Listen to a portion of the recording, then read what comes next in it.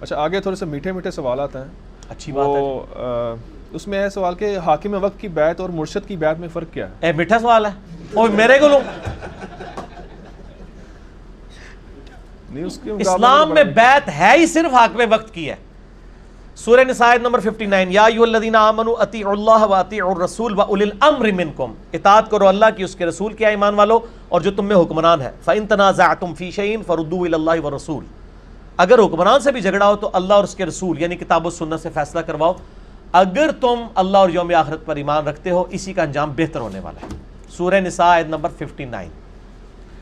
تو حکمران کی بیعت ہی واجب ہے. وہ جو صحیح مسلم میں حدیث ہے جو امام کی بیعت کے بغیر مرا وہ جاہلیت کی موت مرا، اس سے مراد حکمران وقت کی ہے جب حکمران بیعت لے رہا ہو.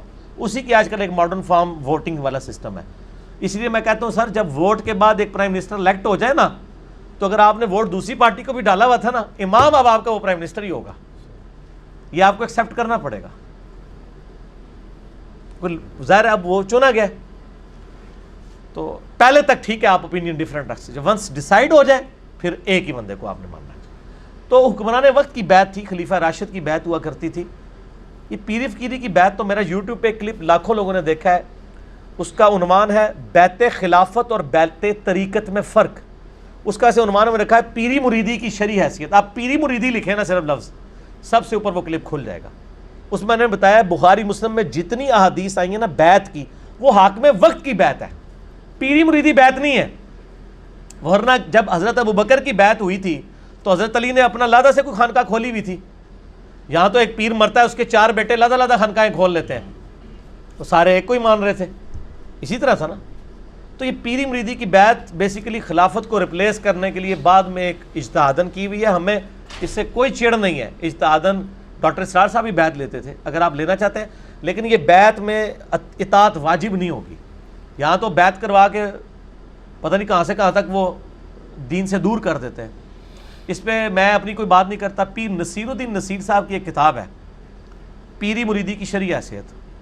جو پیروں کی عزت افزائی اس کے اندر انہوں نے کی ہے نا، انہوں نے ایک جملہ میں بتاتا ہوں، انہوں نے کہا آج کے دور میں جس نے اپنا ایمان خراب کرنا ہے نا وہ مرید ہو جائے، اور جس نے اپنا ایمان بچانا ہے تو پیروں سے اپنے آپ کو بچا کے رکھے، خود پیر ہو کے. ٹھیک ہے، میں نے خود ان کو دیکھا ہے. میری ملاقات بھی گھر میں ان کے ساتھ ایک دفعہ سیٹنگ بھی ہوئی، 2007 یا 8 کی بات ہے.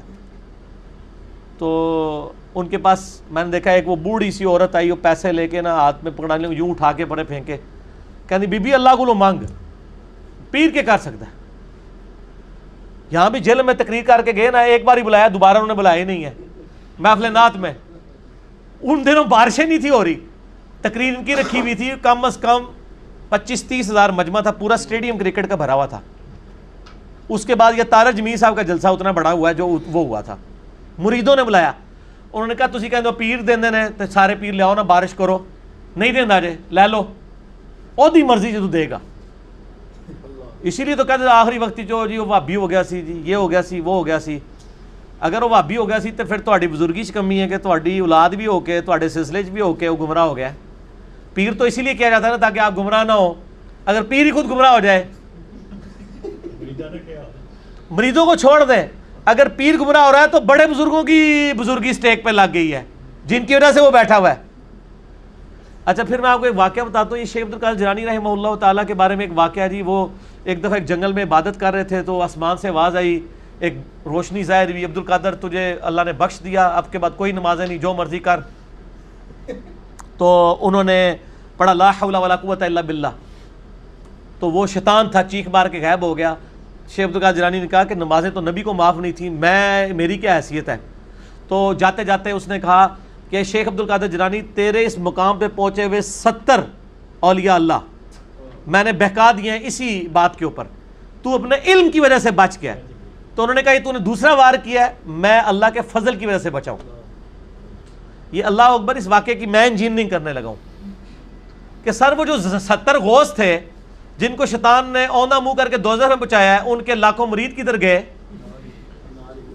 71 ہی ایک ہی بچیا جے، 70 تو شیطان لے گیا جے. تے سانو کے پتا تسی جڑے پیر ساڈے بنا رہے ہو انہاں نال کی ہونا ہے اگر غوثاں نال ہویا ہے. تو پھر ہم کہتے ہیں اس کو اپنا پیر مانے جس کی گارنٹی قرآن میں ہے، ما ضل صاحبکم وما غوا، تمہارے نبی نہ کبھی بہک کے ہے نہ کبھی بے راہ چلے. اور یہ اعلیٰ حضرت نے خود لکھا ہے، اعلیٰ حضرت کی ایک کتاب ہے بیت و خلافت. اتنے چند چڑھے ہے جڑا دیکھ رہے ہو جناب، چڑھ گیا چند. اچھا، بیت و خلافت کتاب ہے اعلیٰ حضرت کی، وہ میں نے اس میں حوالہ دیا ہے. اس میں انہوں نے لکھا ہے کہ یہ جو بایزید بستامی کا قول ہے نا، جس کا کوئی پیر نہیں، اس کا پیر شیطان ہے، یہ محض باطل ہے. تحقیق ہر سنی مسلمان کا پیر محمد رسول اللہ صلی اللہ علیہ وآلہ وسلم. ٹھیک ہوگا جی. تو یہ اعلیٰ حضرت خود کہہ رہے ہیں کہ بایزید بستامی نے جو بات کی ہے یہ باطل ہے. جب ہم کرتے ہیں تو کہتے ہیں بزرگوں کی گستاخ ہے. تو ہم بزرگوں کی گستاخیاں بزرگوں کے اقوال کی روشنی میں ہی کر رہے ہوتے ہیں. میں اعلیٰ حضرت کے ساتھ ہوں کہ یہ باطل ہے اور یہ جھوٹ ہے. جو کلمہ پڑھ لے. پھر قرآن میں تو بیعت آئی ہے اللہ کی، سورہ توبہ میں آیا اللہ تعالیٰ نے مومنین کی جانیں اور مال جنت کے بدلے میں خرید لی ہیں، اس بیعت پر خوشیاں مناؤ. سر جب میری بیعت ہوئی ہوئی ہے اللہ سے اور اس کے رسول سے صلی اللہ علیہ وآلہ وسلم، تو میں چھوٹے موٹے پیر کیوں پڑھا جنہوں نے منوں روٹی دے کے تو پالنا پہ جائے. میں پھر وہ اکثر بات کرتا ہوں نا کہ لوگوں نے گاڑیوں کے پیچھے لگایا ہوتا ہے نگاہ مرشد، حالانکہ وہ نگاہ مرشد نہیں ہوتی، وہ ھذا من فضل ربی ہوتا ہے. اور جن پیروں کو یہ نذرانے دے رہے ہوتے ہیں ان کا بھی کام ہے کہ وہ اپنی گاڑی کے پیچھے لگوائیں کہ مریدین کے نذرانوں کی برکت سے، اور وہ سچ بھی ہوگا. یہ تو جھوٹ ہے نگاہ مرشد. یہ تو بیچارہ پورا دن ٹیکسی چلا رہا ہے، پیچھے لکھا ہوا ہے بری بری امام بری کر دے کھوٹی قسمت ہری، اور جا کے امام بری کے وہاں پہ مزار کے اوپر جا کے چندہ بھی دے رہا ہے. اس مزار کے اوپر جو سارے معاملات چل رہے ہیں وہ تیرے چندے سے چل رہے ہیں. یہ تو ہونا چاہیے اس مزار پہ لکھا ہو کہ ٹیکسیوں والے اور غرباء کی نگاہ کرم سے. یہ سچائی ہوگی. یا پھر خدا کے لیے آپ لکھو ھذا من فضل ربی.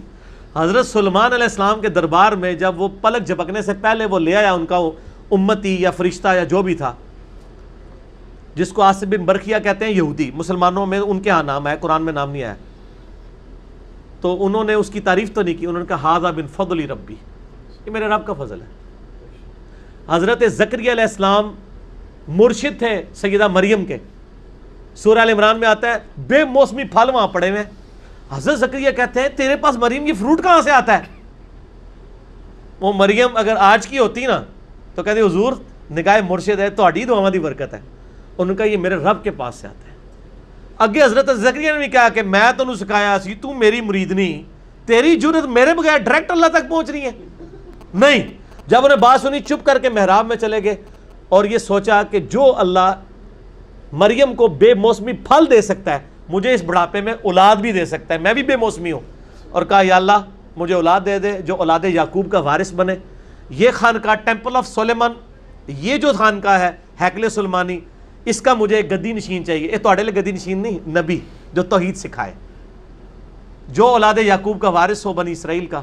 اللہ نے ان کو بڑھاپے میں، وہ بڑی پیاری دعا ہے سورہ مریم میں، میرا بال سفید ہو چکے ہیں، سر چمک اٹھا ہے سفیدی سے، میری بیوی بھی بانجھ ہے، میں بوڑھا لاغر ہو چکا ہوں، پھر بھی مجھے اولاد دے دی اللہ نے. ٹھیک ہوگا جی، اللہ کے فیصلے. اچھا، حاکم وقت کی بیعت کوئی نہ کرے اگر تو وہ پھر کافر؟ حاکم وقت کی بیعت نہیں، کافر والا کفر اسلام کا مسئلہ نہیں ہے. حاکم وقت کی جو بیعت نہیں کرتا نا تو بغاوت نہ کرے. بیعت اگر نہیں کرتا تو وہ ظاہر ہے کہ ایک گناہ گار ہوگا. بغاوت پہ اترے گا تو پھر اس کو قتل کیا جائے گا. حضرت علی نے جنگ صفین کیوں لڑی ہے؟ کیونکہ حضرت معاویہ نے بغاوت کر دی تھی نا. اور یہ بغاوت کا لفظ بخاری میں ہے 2812. عمار کو ایک باغی جماعت قتل کرے گی، عمار ان کو اللہ کی طرف بلائے گا اور جنت کی طرف، وہ جماعت دوزخ کی طرف بلائے گی. حضرت علی کو نبی علیہ السلام نے فرمایا یہ جنت کی طرف بلانے والی جماعت ہے، صحیح بخاری 2812. اور مخالف پارٹی کو کہا دوزخ کی طرف. حالانکہ وہ صحابی بھی تھے حضرت معاویہ رضی اللہ تعالیٰ، لیکن چونکہ انہوں نے حاکم وقت خلیفہ راشد کے خلاف بغاوت کی ہے نا، یہ بہت بڑا جرم ہے، یہ بدعت کبر ہے حاکم وقت کو چیلنج کرنا. ٹھیک ہو گیا نا. اسی لیے حضرت علی نے پھر تلوار اٹھائی، پھر انہوں نے قرآن نیزے پہ اٹھا کے تو جان بخشی حضرت علی نے کر دی ان کی. تو ادروائز وہ والی اسی کے اگینسٹ سعد ابن عبادہ نے حضرت ابو بکر کی بیعت نہیں کی تو حضرت بکر نے ان کو قتل تو نہیں کروایا، لیکن انہوں نے بغاوت نہیں نہ کی تھی، بیعت نہیں کی، کہا میں نہیں مانتا خلیفہ. پھر حضرت عمر کی بھی بیعت نہیں کی. حضرت علی نے خود بخاری مسلم میں آتا ہے 6 مہینے حضرت ابو بکر کی بیعت نہیں کی تو نہیں منوایا گیا کہ جی آؤ بیعت. لیکن کوئی پارٹی نہیں بنائی، کوئی جتھا بنا کے، کوئی فوج لے کے تو نہیں لڑ گئے. بعد والوں کو ہم باغی اس لیے کہتے ہیں، یہ باغی سے مراد کوئی اسلام سے باغی نہیں ہے، شریعت کی ٹرم میں باغی. جنگ جمل صفین نہروان والے کہ انہوں نے خلیفہ راشد کے خلاف بغاوت کی ہے.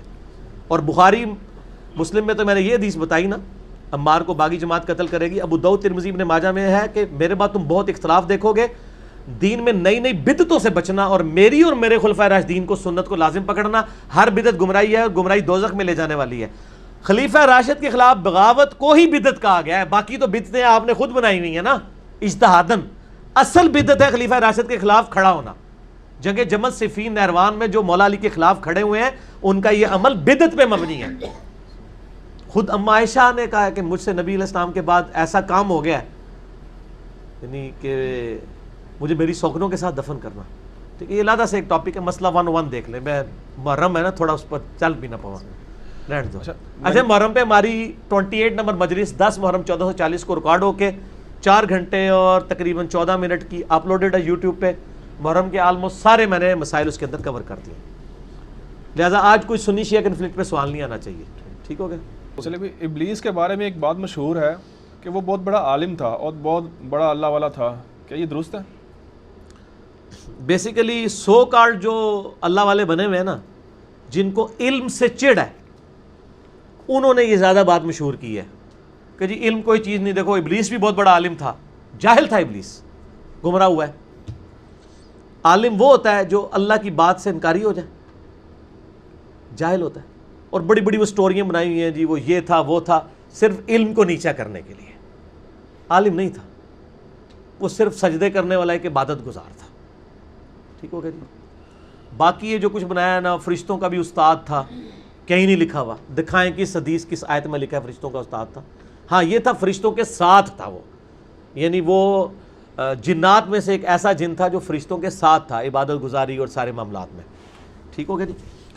تو یہ علم کو نیچا کرنے کے لیے بات کی جاتی ہے، کیونکہ قرآن میں انما یخشی اللہ من عبادہ العلماء، اللہ کی خشیت اور معرفت صرف اہل علم کو ہے. قرآن میں ہے قل هل يستوي الذین یعلمون والذین لا یعلمون انما یتذکر اولو الالباب. فرماؤ علم والے اور بغیر علم والے برابر نہیں ہو سکتے، نصیحت تو نہیں حاصل کرتے مگر علم والے.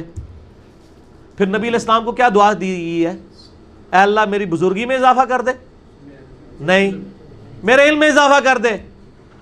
قل رب زدنی علما. تو سارے کا سارا معاملہ علم کے گر چلتا تھا. انہوں نے کہا نہیں علم بس کریو یار، کہتے ہیں نا، کیونکہ علم سیکھ نہیں سکتے. تو علم ابلیس جاہل ہے. اس کے اوپر بڑا پیارا مضمون پیر نصیر الدین نصیر صاحب نے لکھا ہے کہ یہ کس طریقے سے ایک ڈھکوسلہ انہوں نے کیا ہے. اچھا پھر وہ کہتے ہیں جی ابلیس بڑا پکا مواحد تھا. استغفر اللہ. پکا مواحد وہ ہوتا ہے جو اللہ کی بات ماننے سے انکار کرتے. کہتے ہیں نہیں جی وہ کہتا تھا میں اللہ کو سجدہ کروں گا اور کسی کو نہیں کروں گا. اچھا یہ یعنی اس کا مطلب ہے وہ اللہ سے زیادہ سمجھتا تھا کہ میں نے کس کو سجدہ کرنا ہے کس کو نہیں. وہ کہاں سے مواحد ہوا؟ مواحد ہونے کے لیے صرف کیا ایک پہلو ہے کہ آپ نے اللہ کا ایک سجدے والا حکم ماننا ہے اور باقی نہیں ماننا ہے؟ ہاں یہ پاکستان میں یہی ہے کہ آپ نماز میں اللہ کو سجدہ کریں، باہر نکل کے قبر کو بھی سجدہ کریں تو آپ مواحد ہی رہیں گے پھر بھی. لیکن اللہ کے ہاں تو مواحد نہیں رہتے نا. اللہ کے ہاں تو وہ مواحد ہوگا، یعنی پاکستان کے شناختی کارڈ والا مسلمان نا. مسلم شریف میں حدیث ہے 246 بندے کے کفر اور اسلام کے درمیان نماز فرق ہے، لیکن پاکستان کے شناختی کارڈ میں آپ مسلمان ہیں نماز چھوڑ کے بھی. تو یہ شناختی کارڈ والا مواحد تھا، وہ پکا مواحد کوئی نہیں تھا. پھر کہتا ہوں جی نبی کی تعظیم انہیں نہیں کی تھی. نبی کی تعظیم کا مسئلہ نہیں تھا میرے بھائی، اللہ کے حکم عدولی کا مسئلہ تھا. نبی کی تعظیم تو ایک ثانوی حیثیت تھی، اصل میں اس نے اللہ تعالیٰ کا حکم نہیں مانا تھا. اگر آپ سمجھتے ہیں تعظیم کا یہی تقاضا ہے تو ہم کیوں نہیں نبی علیہ السلام کو سجدہ کرتے؟ منع ہے. اب تعظیم کا تقاضا سجدہ رہا ہی نہیں ہے غیر اللہ کے لیے، وہ اور ہے دروشی پڑھیں گے آپ. تو یہ خود بخود انہوں نے ڈاکٹرائنز بنائی ہوتی ہیں علم کو نیچا کرنے کے لیے. وہ جاہل تھا، اگر پہلے کو تھوڑا بہت علم تھا وہ جہالت میں ڈوب گیا جب اس نے اللہ کا حکم ماننے سے انکار کر دیا.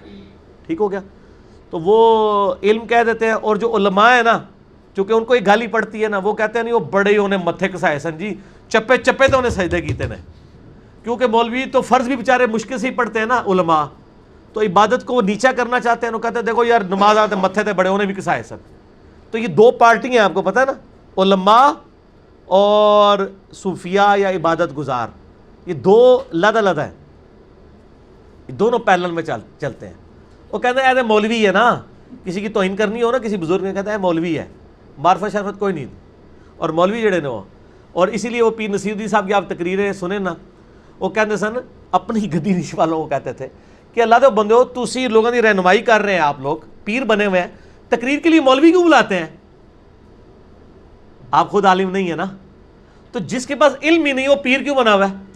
وہ کہتا میں دیکھا میں عالم بھی ہوں تو پیر بھی ہوں. وہ اپنے ساتھ والی گدی والوں کو مینا مارا کرتے تھے اس چیز کا کہ تقریریں مولوی, اور دیکھ لیں جتنے پیر ہیں تقریریں مولویوں سے کرواتے ہیں, خود ان میں سے اکثر کی کمپیٹنسی نہیں ہوتی ہے تقریر کرنے کی. تو چھڑے پیر بھی نہ بنو, چھڑے عالم بھی نہ بنو, دو ہی چیزیں بنو, ٹھیک ہے. لیکن پیر بن کے اللہ کی طرف لوگوں کو بلائیں, اپنی عبادت نہ کروائیں, ٹھیک ہے نا, ورنہ آپ پیڑ ہوں گے. پیڑ کہتے ہیں نا درد ٹیڈی جنہوں, پیر بنے. ویسے عربی میں تو پیر ہے ہی نہیں ہے نا, عربی میں پے نہیں ہوتا, ٹھیک ہو. اچھا اگلا سوال ہے, کرکٹ میچ کے لیے جانوروں سے فال نکلوانا کیسا ہے کہ کون جیتے گا؟ استغفر اللہ واتوب الیہ لعنت اللہ علی الکاذبین. یہ اتنا بڑا ظلم ہے. میں حیران ہوں کہ انڈیا کے خلاف میچ ہو رہا تھا پچھلے دنوں, ابھی یہ ہار بھی گئے برے طریقے نال. اس ہارنے کوئی میری بھی کوئی تھوڑی جی دعا شامل ہے اس واسطے کہ میں نے کہا یا اللہ یہ تو امت گمراہ ہو جائے گی.